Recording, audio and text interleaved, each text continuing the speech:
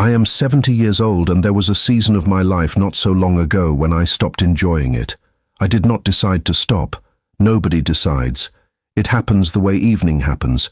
Gradually, and then you look up and the light is gone. The food still fed me, but it did not taste like anything. The mornings still arrived, but they did not bring anything with them. The things that used to make me feel alive, the land, the work, the laughter, the small rituals of a day, they were all still there, and I walked past them like furniture. I was not sad, exactly. Sad would have been something. I was flat, grey, going through the motions of a life that had quietly stopped being lived and started being managed. And if I'm describing your mornings right now, if you know exactly what I mean by the light going out of things while everything looks normal from the outside, then stay with me. Because I found my way back. Not through medicine, though medicine has its place and I will never speak against it. Not through some vacation or purchase or change of scenery. Through the old way. The way my people understood joy before the modern world redefined it, and in redefining it lost it. Today, I'm going to give you that way, and I am going to start by telling you the single biggest lie you have been told about enjoying life. Because until that lie is removed, nothing else can grow. Here is the lie.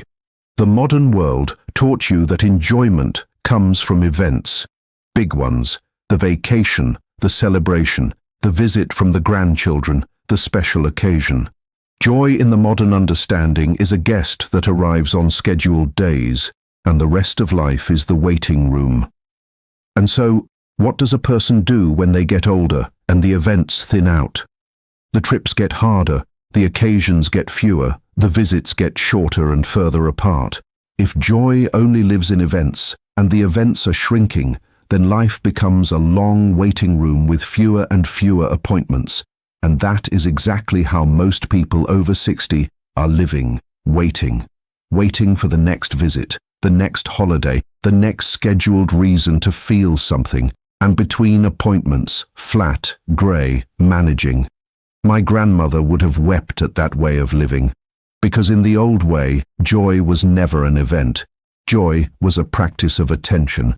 She used to say, "The Creator does not visit on holidays. The Creator visits every morning, and most people are too busy waiting for something bigger to answer the door."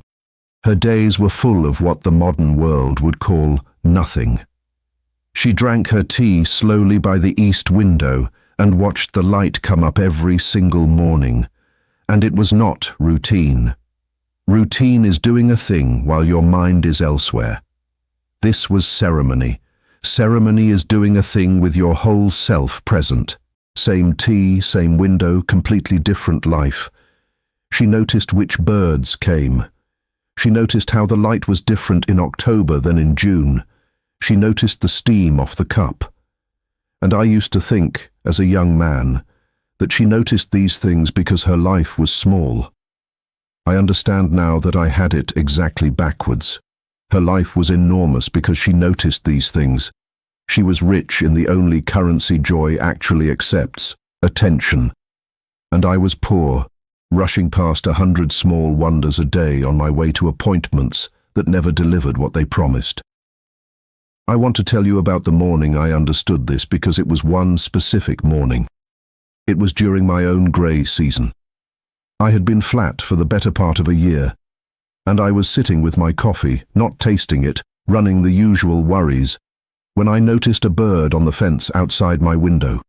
Nothing rare, an ordinary bird on an ordinary fence. And for no reason I can name, I actually looked at it.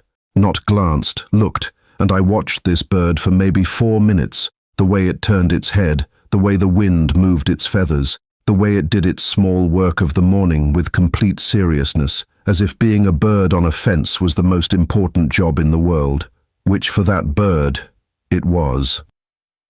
And somewhere in those 4 minutes, something in my chest moved for the first time in months.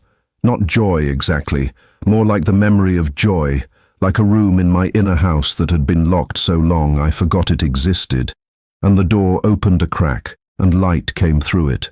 4 minutes, a bird, a fence, and I sat there with tears on my face like an old fool, And I heard my grandmother's voice across 40 years saying what she always said when I was young and restless and blind. She used to say, "Slow down, grandson. You keep looking for your life. It is not lost. It is here. You are the one who is not. You are the one who is not." That sentence became my medicine. The life was never missing. The events were never the problem. I had been absent from my own days and calling my absence boredom and blaming the days for it. That morning I stopped blaming the days and I began the slow work of coming back. And that work, the coming back, is what I am going to teach you now. Practice by practice.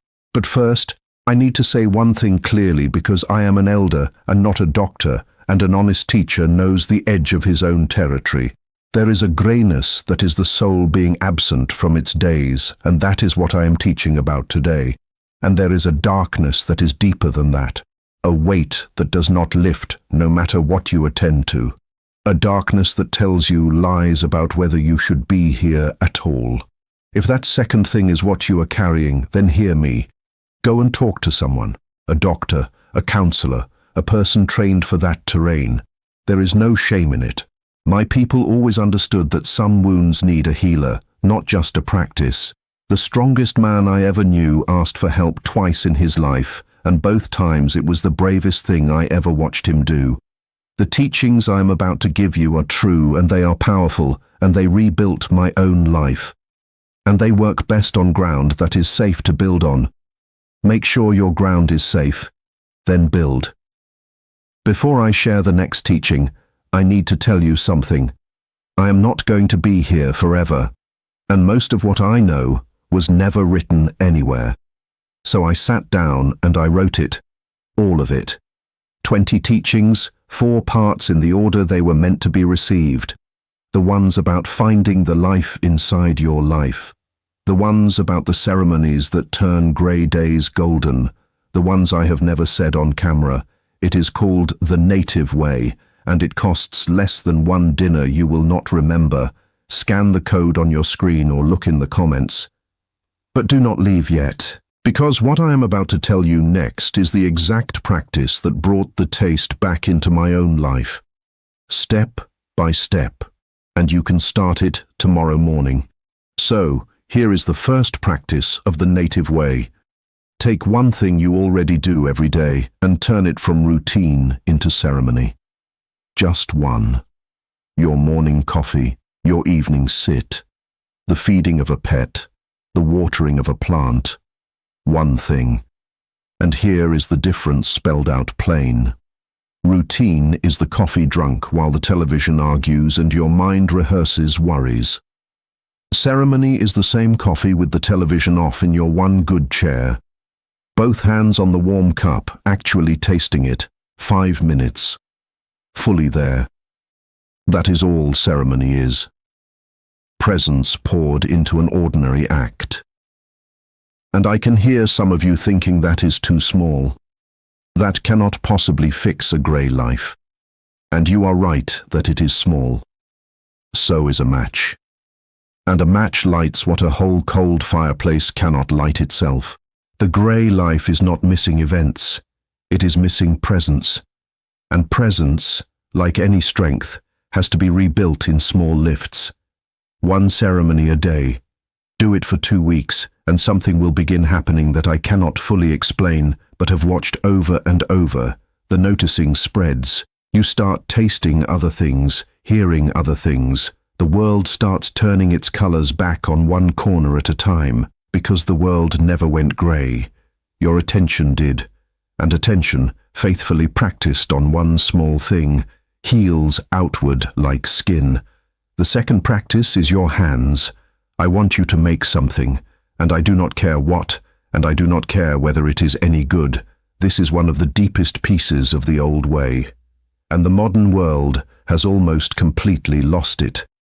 My people did not separate living from making. Everyone made things, food, baskets, tools, clothes, songs. The making was not a hobby squeezed in around life. The making was how a person stayed in conversation with the world. And I want you to notice something about your grey season.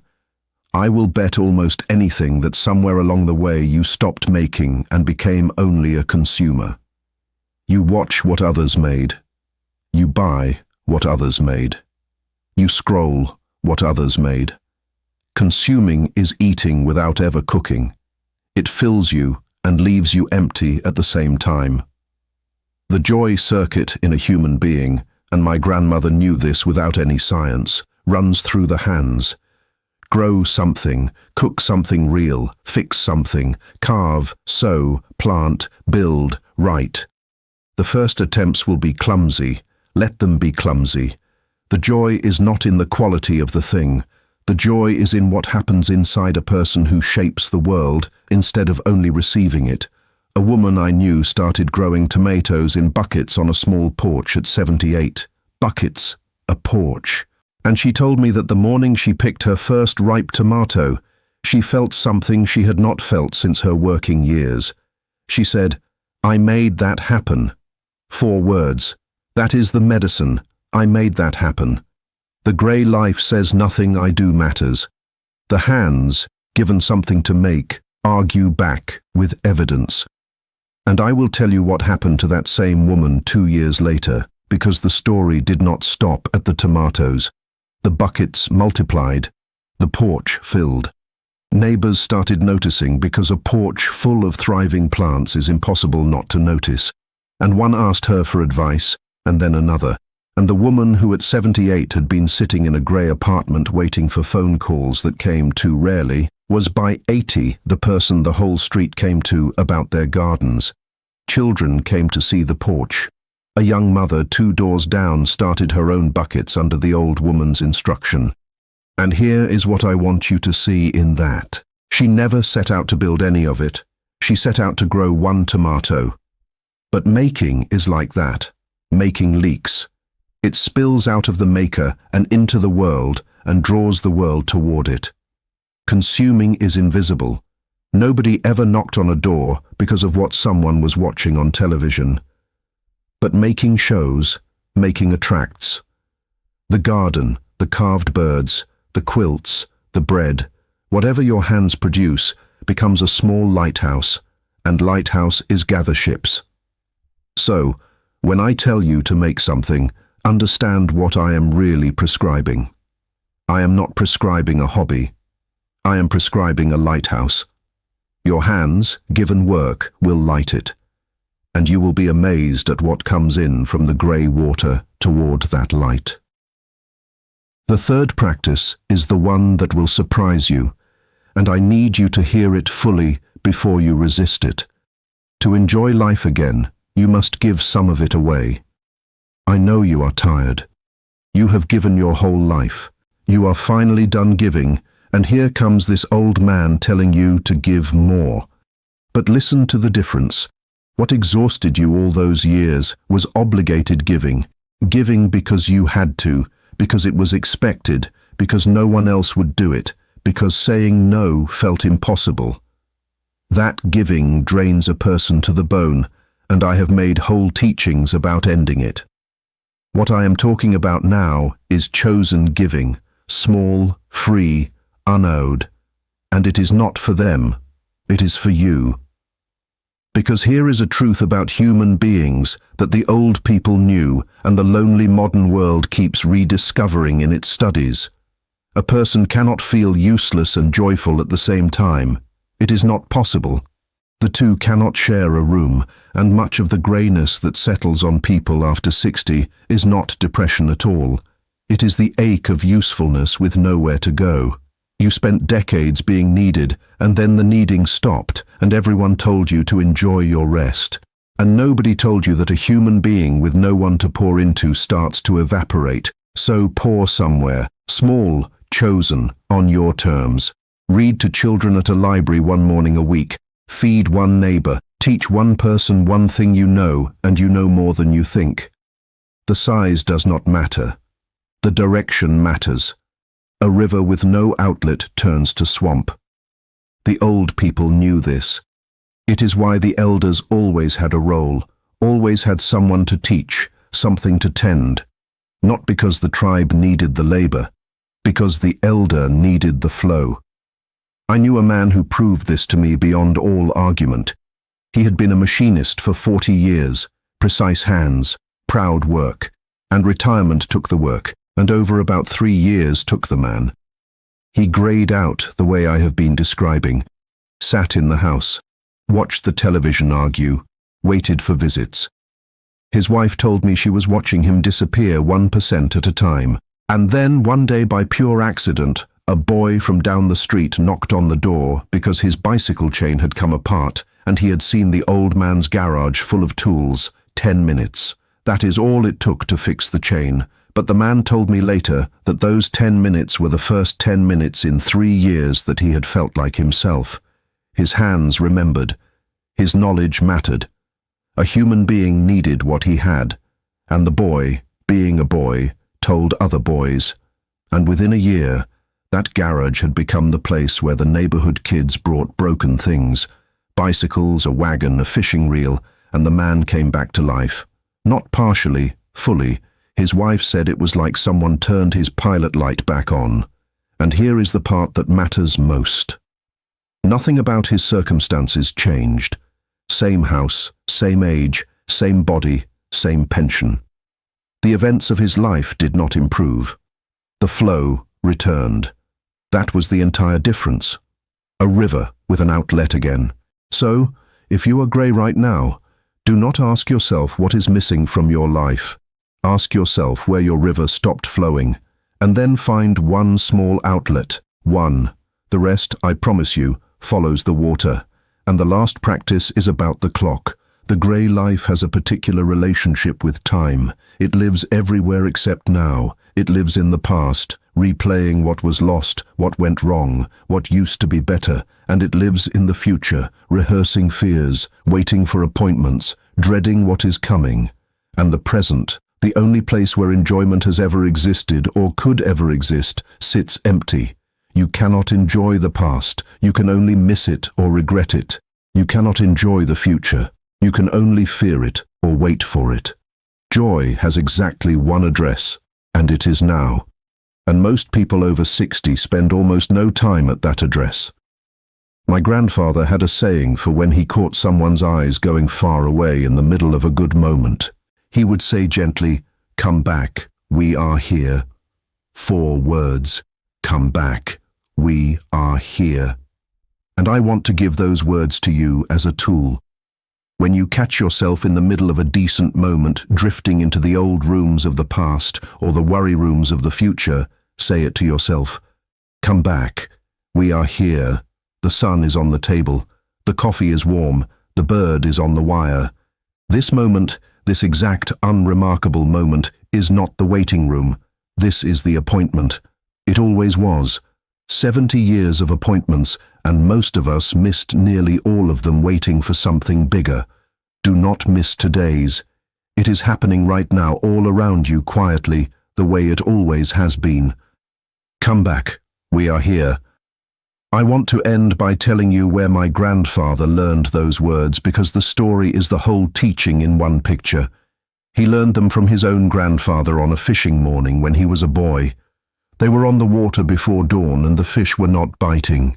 And my grandfather, being young, was complaining about the cold, about the waiting, about wanting to be somewhere else. And the old man let him complain for a while. And then he said, "Look around you, boy." And my grandfather looked. The mist was on the water. The first light was turning everything silver and gold. Birds were waking up in the reeds. The whole world was performing a ceremony that most of humanity was sleeping through. And the old man said, "You are sitting inside a morning that will never happen again. Not once in all the time that is left will this exact morning come back. The mist will never hang exactly this way again, and you are spending it wishing you were somewhere else." Then he said the words, "Come back, we are here." And my grandfather told me that something shifted in him that morning that never fully shifted back. He started seeing mornings, actually seeing them, and he caught no fish that day, and he called it for the rest of his life one of the best days he ever had. That is what I want for you. Not better events, better eyes. The mornings are already coming to your window, one after another. Each one unrepeatable, each one performing whether you watch or not. The tea is already warm, the bird is already on the fence. The life you have been waiting to enjoy has been arriving daily on schedule for 70 years, and it is not discouraged, and it will come again tomorrow. All that was ever missing was you. So come back, we are here, and it is so much better here than you remember. If what you heard today stayed with you, the book is there. The Native Way, 20 teachings, 100 pages, written the way I would speak to you if we were sitting together. Scan the QR code on the screen with your phone or find the link in the comments. Read one chapter. Sit with it. Now, I want to hear from you. Tell me in the comments, what is the one small ceremony you are going to start tomorrow morning? I read every comment, and if this is the kind of conversation you have been looking for, subscribe to this channel. We are not collecting viewers here. We are collecting people who remember. Come back next week. I am not done teaching yet.